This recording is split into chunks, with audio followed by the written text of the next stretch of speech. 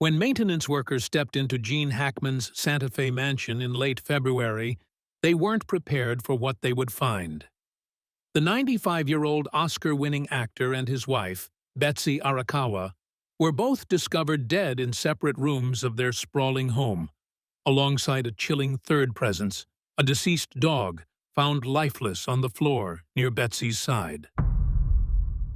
Two other dogs in the home had survived. The scene was quiet, eerie, and deeply unsettling. What should have been a peaceful retirement retreat had transformed into the center of a tragic double death. Police were called immediately. Inside, the air was stale, still, and heavy with something far more disturbing than dust. Investigators quickly determined that the bodies had been there for days. Medical records from Hackman's pacemaker gave a precise timestamp. His heart had stopped on February 18th. But here's where it gets stranger. Betsy's body appeared to have been there a full week longer. She likely died around February 11th. That timeline changes everything, because it suggests Gene Hackman may have lived, possibly confused, possibly unaware, for an entire week with his deceased wife in the same home, in another room, alone, frightened, deteriorating. The mansion was locked from the inside. The security system hadn't been triggered.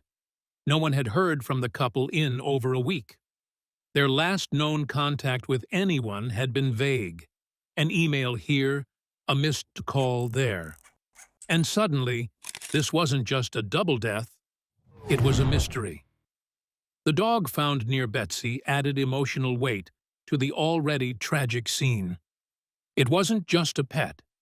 It was a symbol of loyalty, of companionship, and perhaps of the tragic silence that surrounded both deaths. One dog didn't make it. Two others huddled near the front foyer, alive, hungry, and terrified. For a man known for playing gritty, powerful roles, from The French Connection to Unforgiven, this ending felt surreal, unscripted, painfully human. It was the beginning of something deeper than a celebrity passing. It was the unraveling of a life lived quietly, and a death experienced even more quietly. But as investigators dug into the house, the silence began to tell its own story. And it only got darker from their rodent infestation that led to hantavirus. As investigators fanned out across the Hackman estate, they expected to find clues, maybe something medical, maybe signs of age-related decline. But what they uncovered next caught everyone off guard. The mansion's outbuildings, 3 garages, 2 guest casitas, and several sheds were crawling with rodents. Inside those structures were nests, feces, dead carcasses, and even live rodents, skittering in and out of insulation, feeding on trash, and living undisturbed. The odor was pungent. The health risk? Alarming. What's more chilling is that the main home, the core mansion, was clean, spotless even. No signs of rodent life inside the central residence. And yet, Betsy Arakawa died from hantavirus pulmonary syndrome, a rare and extremely deadly infection directly tied to exposure to rodent droppings, urine, or saliva. The question hit hard. How did the virus reach her? Authorities believe she may have been exposed by simply walking through one of the infested structures, perhaps collecting something from a shed, entering the casita, or even retrieving stored supplies. One single breath of infected air could have been enough. The incubation period fits. Symptoms of hantavirus begin subtly: fatigue, fever, muscle aches. Then it escalates into coughing, fluid buildup in the lungs, and respiratory collapse. If not treated immediately, it's almost always fatal. And in Betsy's case, no one realized she was sick until it was too late. Her rapid decline, combined with Gene's own Alzheimer's symptoms, may have meant she died silently, unrecognized, untreated, and unattended. And by the time help was even a possibility, it was far too late. But what's especially disturbing is that this wasn't just an unfortunate infection, it was a preventable one. Rodent infestations on the property had clearly gone unchecked. Why didn't anyone step in sooner? How long had these outbuildings been this way? Were the couple too isolated or too ill to notice? The discovery turned the mansion from a retirement dream into a biohazard scene, and it shifted the focus of the investigation. Betsy's death wasn't natural. It was environmental. And suddenly, the question wasn't just about when they died. It was about why no one stopped it. Clutter, hoarding, and a troubled space. Once authorities stepped inside the main house, another layer of the story revealed itself. And it had nothing to do with rodents or viruses. It had to do with the way the home looked, the way it felt. Parts of the home were spotless, preserved, almost like a museum. Gene's study, his writing desk, even a shelf displaying his 2 Academy Awards, they were immaculate. But move a few rooms over, and everything changed. There were dirty dishes stacked high in the sink, prescriptions scattered across coffee tables, rotting food left untouched on the counter. Police body cam footage showed a refrigerator half open, with expired groceries and what looked like remnants of unfinished meals. There was no sign of a break-in. This wasn't vandalism. This was a life unraveling, slowly, painfully, and privately. Experts would later describe the mansion as exhibiting mild hoarding behavior. Not excessive trash, not floor-to-ceiling clutter, but enough to suggest disorganization, forgetfulness, and possibly the early to middle stages of cognitive decline. And that's where the heartbreak deepens. Gene Hackman had long retreated from public life. Fans assumed he was living peacefully, but inside his home, the truth looked very different. One half of the house said, legend. The other half said, struggling. That contradiction tells you everything you need to know. A man who once commanded movie sets, gave world-class performances, and won global recognition. Now seemingly lost in his own home. And with Betsy's health deteriorating beside him, the home became not just a sanctuary, but a prison. The clutter wasn't just visual, it was symbolic. Something was wrong long before their deaths, and the house had been trying to say so. Love notes that reveal emotional truths. Amid the grief, the rodent discovery, and the scattered medications, one thing found in the home made investigators pause, not in alarm, but in emotion. Love notes, dozens of them, tucked into drawers, taped to cabinets, stacked on nightstands, small handwritten notes exchanged between Gene Hackman and Betsy Arakawa. One note from Gene simply said, "To my lovely girl, don't forget your coat today." Another from Betsy read, "Groceries are done. Milk, eggs, and love." There were reminders about doctor's appointments, funny little nicknames, and even one note where Gene signed off with a gentle joke about Alzheimer's. Love, what's his name? It was sweet. It was human. It was heartbreaking. Because these notes told a different story than the clutter. A story of 2 people doing their best in the face of illness. Of a couple that still adored each other, even when memory slipped and time grew short. The Alzheimer's wasn't ignored. Gene knew, Betsy knew, and instead of letting it define them, they wove their love right through it. These letters are now part of the official evidence log, but to many, they're something far more powerful than evidence. They are the soul of a love story that ended quietly, but beautifully. Even in the midst of chaos, their words stayed warm. Scattered medications, key to the mystery. As detectives began to reconstruct the final days inside the Hackman home, The medications became central to the puzzle. They weren't hidden in cabinets or stored neatly. They were scattered on countertops, by bedsides, inside drawers, even on the floor. Dozens of prescription bottles, Tylenol, thyroid regulators, diltiazem for heart issues, and more. Near Betsy's body, an open bottle of pills raised immediate concern. Was it self-administration, confusion, a stumble, followed by unconsciousness?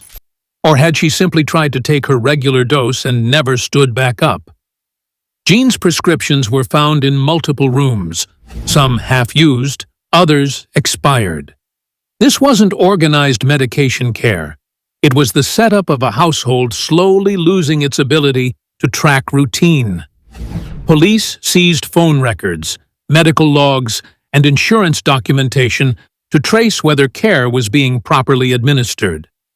But from the looks of the home, it was clear. Something had been unraveling long before the final breaths. Were they caring for each other or slowly becoming unable to? The answers weren't clear. But the mess left behind suggested that order had long ago been replaced by survival. And the medications, silent witnesses, held more questions than answers. Signs of isolation and tragic loneliness. When the full picture began to form, what shocked investigators most wasn't the clutter, the rodents, or even the illness. It was the loneliness. The silence that surrounded Gene Hackman in his final days. After Betsy's death, likely on or around February 11th, Gene remained in the house, unaware or unable to comprehend what had happened. His pacemaker revealed he passed around February 18th, a full week later. He was found in the mudroom, cane in hand, as if trying to leave or call for help, but never making it out. It raises painful questions. Did he know she was gone? Did he try to get help? Did he understand what was happening? Gene had been diagnosed with Alzheimer's disease, and his cognitive health had been in slow decline. But this was more than confusion. It was tragedy in its most vulnerable form. A legendary actor, a once powerful voice, now isolated in his own home, living beside his wife's lifeless body, unable to respond. The home's security system hadn't been triggered. Neighbors hadn't seen or heard from them in weeks. Friends assumed they were simply keeping to themselves, something not unusual for the fiercely private couple.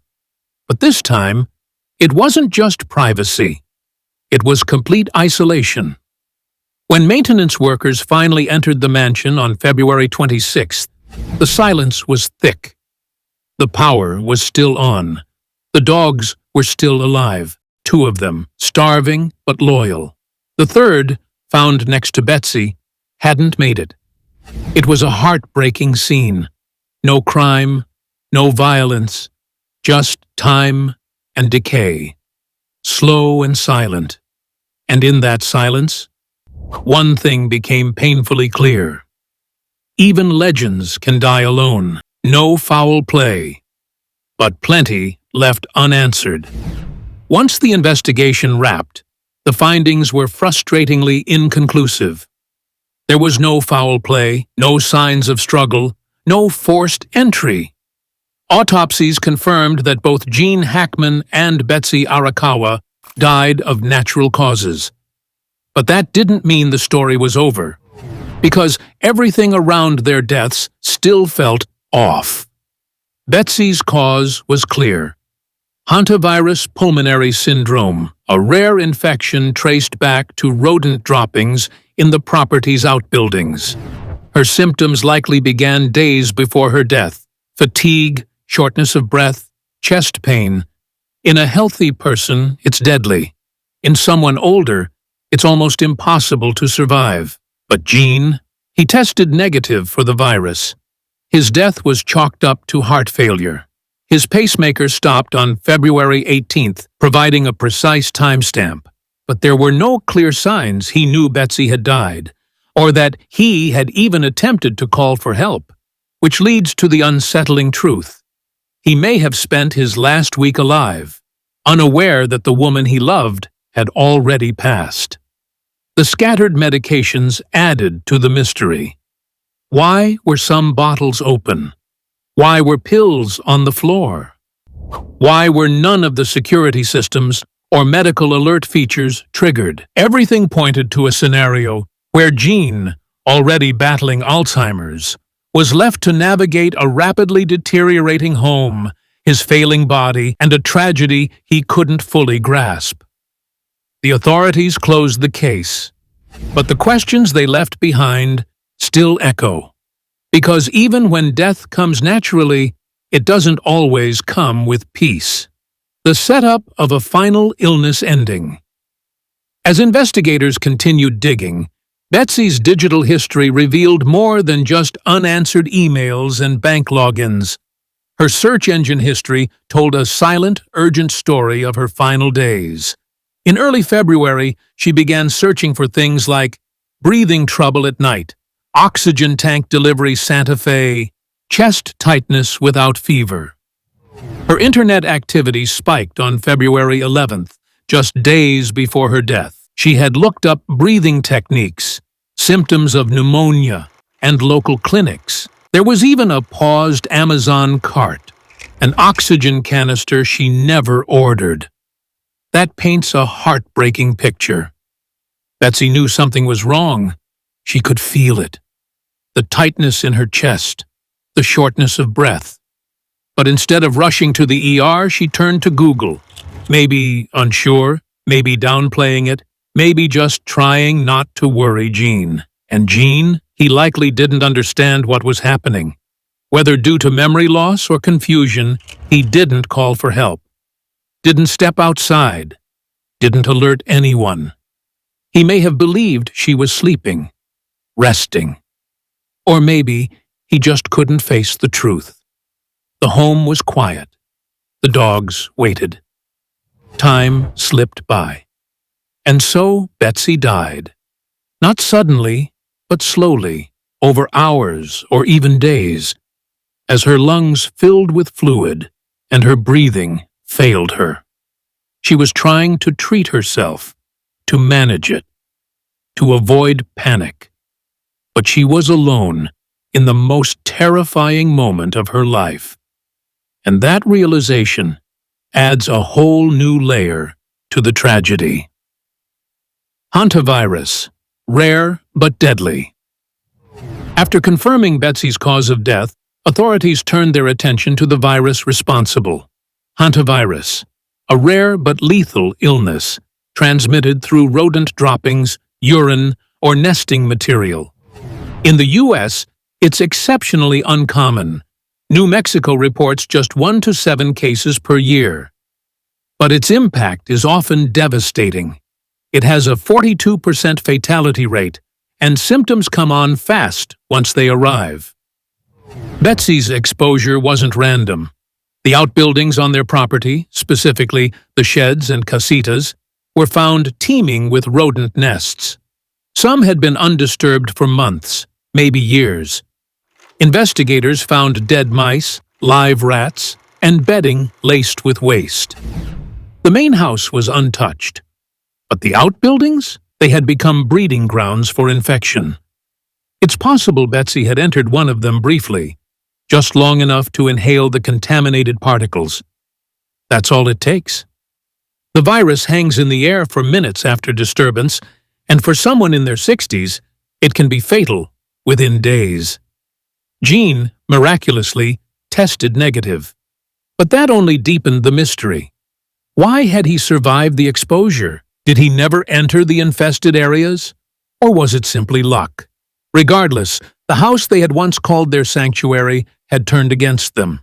And now it was too late to undo what had already been inhaled. What the pacemaker revealed technology told the final piece of the story. Gene Hackman had a pacemaker, and when authorities retrieved the device's data, it revealed a cold, clinical truth. His final heartbeat occurred on February 18th, almost exactly 7 days after Betsy's death. That data was chilling. It meant he had lived, walked, and breathed in the same house, with her body just down the hall, for a full week. No calls, no signs of contact, no alarm. And the question that haunts everyone, did he know? Was he simply unaware, lost in confusion? Or was he aware, heartbroken, and unable to move? Either scenario is painful to imagine. When workers found his body, he was near the mudroom, cane by his side. It looked as if he had tried to leave, maybe to get help, maybe to find a phone, or maybe just to escape the silence that had swallowed the home whole. But he never made it.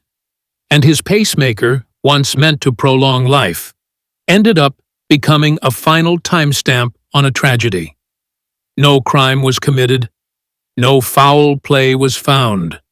But somehow, the story of Gene Hackman's final days has become more haunting than any Hollywood thriller he ever starred in, because it wasn't fiction, it was real. Family and estate privacy battles. As news of Gene Hackman and Betsy Arakawa's death spread, so did the speculation. And with it, a media storm began to gather. But almost immediately, the family moved to draw a line. Through their estate lawyers, Hackman's relatives filed urgent motions to block the release of police body cam footage and photographs taken at the scene. They weren't just protecting the image of a beloved actor, they were protecting the dignity of a deeply private man who had spent his final years quietly, far from the spotlight. The request was clear. No photos of the bodies, no publication of intimate details. The home, once a sanctuary, had become a point of public fascination. But for the family, it was still sacred ground. It wasn't just about shielding the world from uncomfortable images. It was about preserving what Hackman had spent decades building: privacy, control, and respect. The same man who'd avoided interviews for the last 20 years didn't need his final moments broadcast. That legal battle opened up a difficult debate: public curiosity versus personal grief. Fans wanted closure. The press wanted access. But the family made one thing certain: they would not allow Gene and Betsy to become another tabloid tragedy. Even in death, the Hackmans held to their principles. Documents also revealed an unusual clause in their will. If they passed away within 90 days of each other, certain assets and donations were to be directed toward selected foundations. That clause was triggered by their near-simultaneous deaths. It showed planning, intention, love. And despite the chaos their final days brought, their legacy was carefully protected, by design and by those who knew them best. A couple in love, until the end. Amid the headlines, the investigations, and the unanswered questions, one truth kept resurfacing. Gene and Betsy loved each other, deeply, quietly, and without condition. The love notes found around the home were not mere scraps of paper. They were snapshots of a marriage that had endured decades, illness, distance from Hollywood, and eventually, death. There were notes about errands, shared jokes about aging, affectionate reminders taped near light switches, and handwritten grocery lists that ended with words like, "Love you more." One note in particular stuck with investigators: "Don't forget your pills, my lovely girl. XOG." That wasn't just love, it was care. Even in the fog of Alzheimer's, even in the silence of aging, Gene was still showing up for her. And Betsy? Her side of the notes was just as devoted. She left him updates on what she'd made for dinner. She joked about him forgetting things. She never once expressed frustration, only patience. This was not a couple merely cohabiting. This was companionship, pure and enduring. They took care of each other until they no longer could. And in the end, though their deaths were tragic and isolating, they also bore the mark of a partnership that never broke. Home as sanctuary and danger. Gene Hackman's Santa Fe mansion was legendary among locals. A quiet retreat tucked into the hills, it had been designed by Hackman himself, a creative blend of New Mexico architecture, rustic charm, and old Hollywood subtlety. But in the final days of his life, that retreat turned into a trap. The home was supposed to be their safe place. Instead, it became the scene of chaos, infestation, clutter, and ultimately, death. It was a strange contrast. The landscape manicured, the structure still elegant, but inside, disarray, isolation, a slow unraveling. Investigators said it plainly. It was a house split between order and decline.